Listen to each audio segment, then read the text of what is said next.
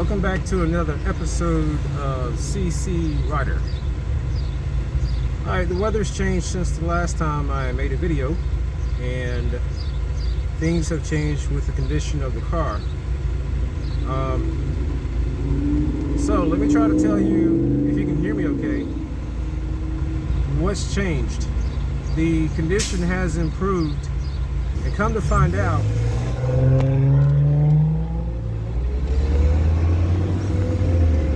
I gotta hold my phone, make sure it doesn't tilt forward because it's sitting on a tablet holder.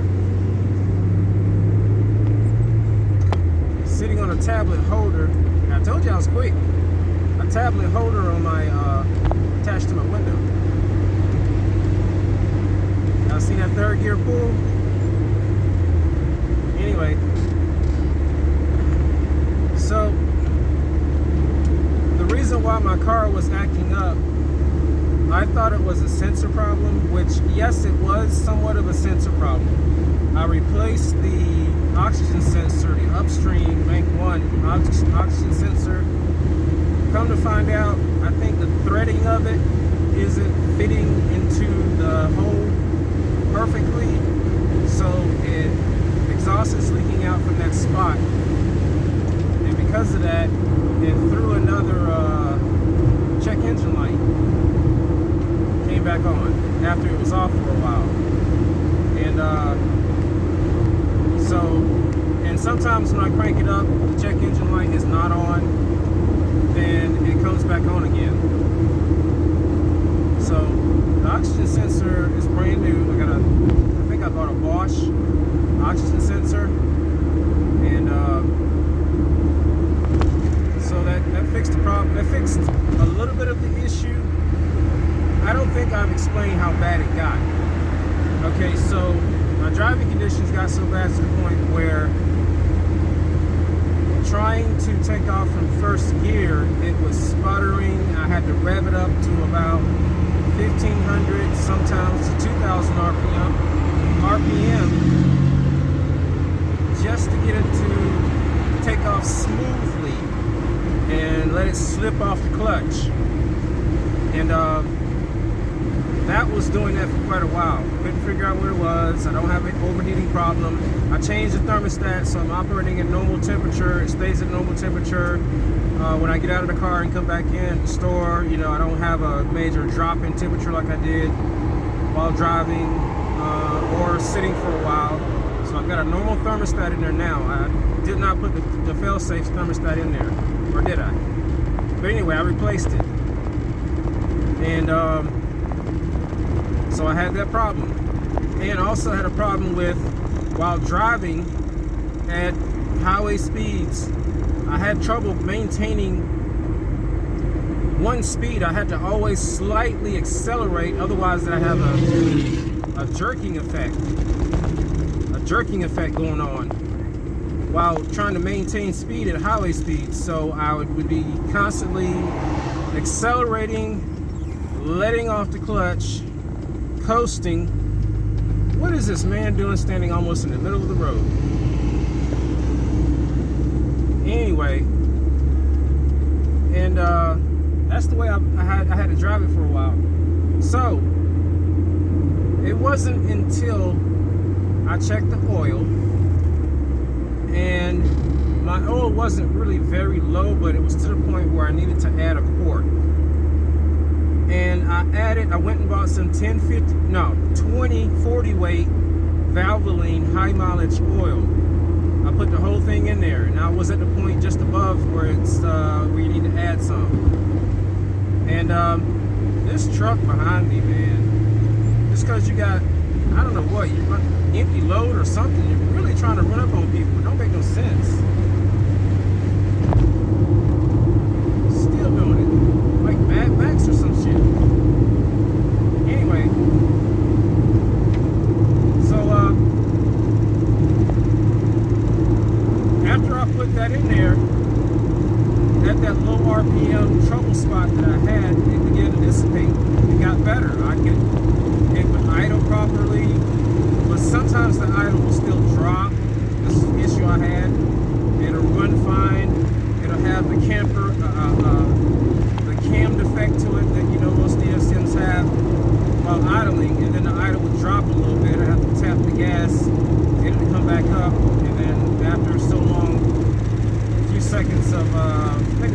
seconds, I'd have to tap the gas again because the idle would drop.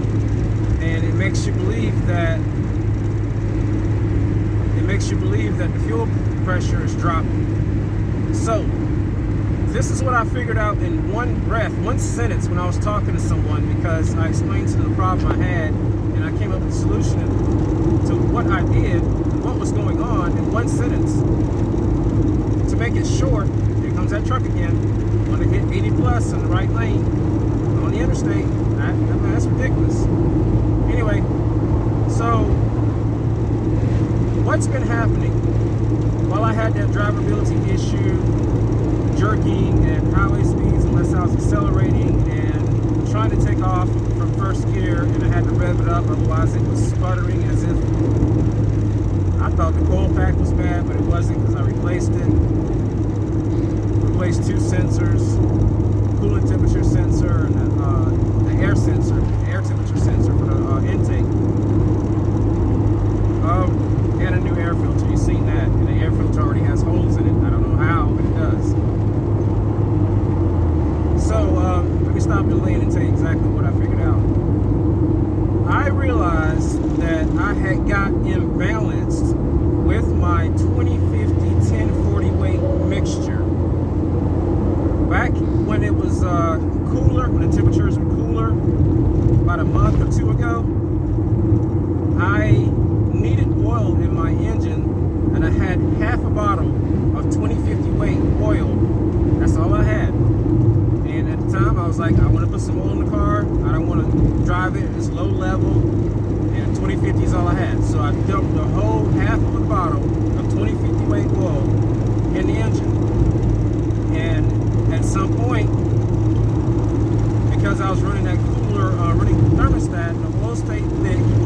What had happened was the engine timing itself was being physically affected. Physically. Every time each piston fired, they encountered resistance, which retarded the timing just a little bit. And the computer couldn't keep up with it. My fuel economy was getting worse. So that's what happened. That's what was going on. That 2050 weight was actually physically slowing down after each, I would say probably before and after, especially maybe after or before. But it was slowing down the operation of the movement of the piston so much to the point where the timing was being affected. And what I didn't realize is that when I went back later on and added a whole bottle of 1040 weight when it was time to add some oil and I seen that it was low, that 1040 kind of brought it back into the balance of a better operational range for less resistance for a 2-liter engine.